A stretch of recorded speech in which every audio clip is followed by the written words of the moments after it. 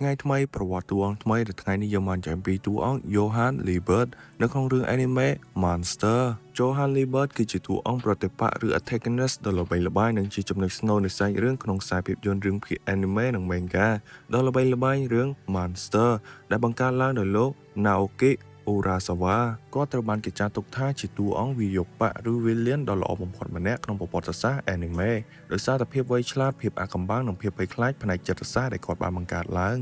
ដើមកំណើតនិងកុមារភាពដ៏ខ្មៅងងឹតការពិសោធន៍ដ៏សម្ងាត់ចូលហើយនឹងប្អូនស្រីភ្លោះរបស់គាត់ឈ្មោះ Anna ក្រោយមកប្រូរឈ្មោះថា Nina Fortner គឺជាលទ្ធផលនៃការពិសោធន៍ពូជសាសន៍និងចិត្តសាស្ត្រមួយនៅប្រទេស Czechoslovakia ដើម្បីបង្កើតកុមារដែលមានទេពកោសល្យខ្ពស់បំផុតដើម្បីដឹកនាំមនុស្សជាតិមន្ទីរគុក Kinderheim 511 ក្រោយមក Johann ត្រូវបានបញ្ជូនទៅកាន់ Kinderheim 511 ដែលជាមជ្ឈមណ្ឌលកុមារកំព្រាពិសោធន៍មួយនៅប្រទេសអាល្លឺម៉ង់ខាងកើតទីនោះមានបំណងលាងខួរក្បាលកុមារតាមរយៈការបង្រៀនឲ្យលះបង់អារម្មណ៍និងភាពជឿមនុស្សដើម្បីបង្កើតទាហានឬមេដឹកនាំដែលឥតខ្ចោះJohann មិនត្រឹមតែរស់រានមានជីវិតពីកន្លែងនោះទេប៉ុន្តែគាត់ថែមទាំងបានរៀបចំឧបាយកលបំផុសបំផុលឲ្យកុមារនិងគ្រូបង្វឹកក្នុងមណ្ឌលនោះសម្រាប់គ្នាទៅវិញទៅមករហូតដល់វិនាសកម្មទាំងអស់ព្រឹត្តិការណ៍ផ្លាស់ប្ដូរជីវិតនៃការជួបជាមួយលោកគ្រូពេទ្យ Tenma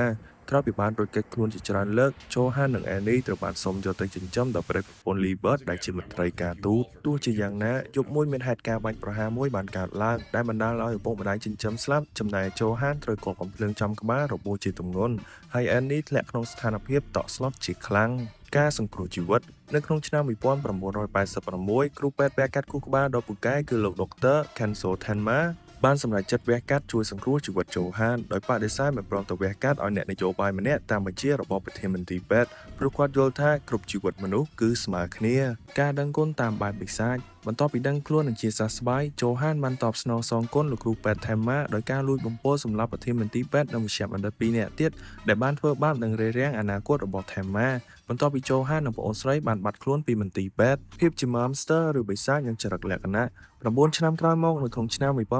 1995 Johann បានធំនឹងក្តីនិងបានចាប់ផ្ដើមខ្សែជីវិតជាឃាតករលាក់មុខនិងជាអ្នកបញ្ជាពីក្រោយខ្នងនៃអ ுக ្រិតកម្មជាច្រើនសមត្ថភាពដ៏គួរឲ្យខ្លាច Johann មិនមែនជាឃាតករដែលប្រើកម្លាំងបាយឬប្រើអាវុធទំនើបនោះទេប៉ុន្តែគាត់ប្រើចិត្តសាស្ត្រនិងពាក្យសម្ដីគាត់មានសមត្ថភាពខ្ពស់ក្នុងការមើលធ្លុះពីចំណុចខ្សោយភាពភ័យខ្លាចភាពខ្មៅងងឹតនៅក្នុងចិត្តរបស់មនុស្សហើយប្រើប្រាស់វាដើម្បីបញ្ចុះបញ្ចូលឬបង្ខំឲ្យអ្នកទាំងនោះធ្វើអត្តឃាតឬទៅសម្លាប់អ្នកដទៃជំនួសគាត់រូបរាងនិងបុគ្គលិកលក្ខណៈគាត់មានរូបរាងសង្ហាសក់ពណ៌មាសភ្នែកពណ៌ខៀវមើលទៅទន់ភ្លន់គួរសមនិងមានមន្តស្នេហ៍ដែលធ្វើឲ្យមនុស្សគ្រប់គ្នាស្រឡាញ់និងទុកចិត្តភ្លាមៗពេលបានជួបប៉ុន្តែខាងក្នុងរបស់គាត់គឺទទេស្អាតគ្មានអារម្មណ៍អាណិតអាសូរឬស្អប់ខ្ពើមអ្វីឡើយគោលបំណងចុងក្រោយគោលបំណងរបស់ Johann មិនមែនជាការគ្រប់គ្រងពិភពលោកឬចង់បានប្រាក់កាក់នោះទេប៉ុន្តែគឺការធ្វើអត្តឃាតដ៏ល្អឥតខ្ចោះឬ The Perfect Suicide គាត់ចង់ឲ្យមនុស្សគ្រប់គ្នានៅលើពិភពលោកស្លាប់បាត់បង់ជីវិតហើយរូបគាត់នឹងក្លាយជាមនុស្សចុងក្រោយគេបង្អស់ដែលឈរនៅលើពិភពលោកដែលគ្មានមនុស្សរស់នៅ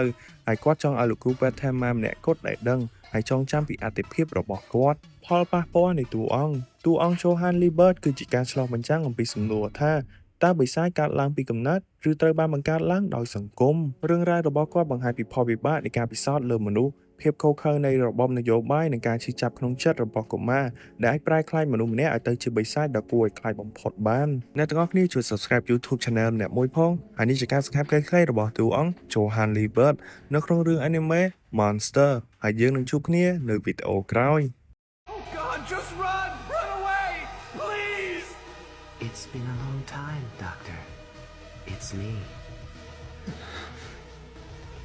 9 years ago, you saved my life. 9 years ago? Have you forgotten already, Doctor? About the twins?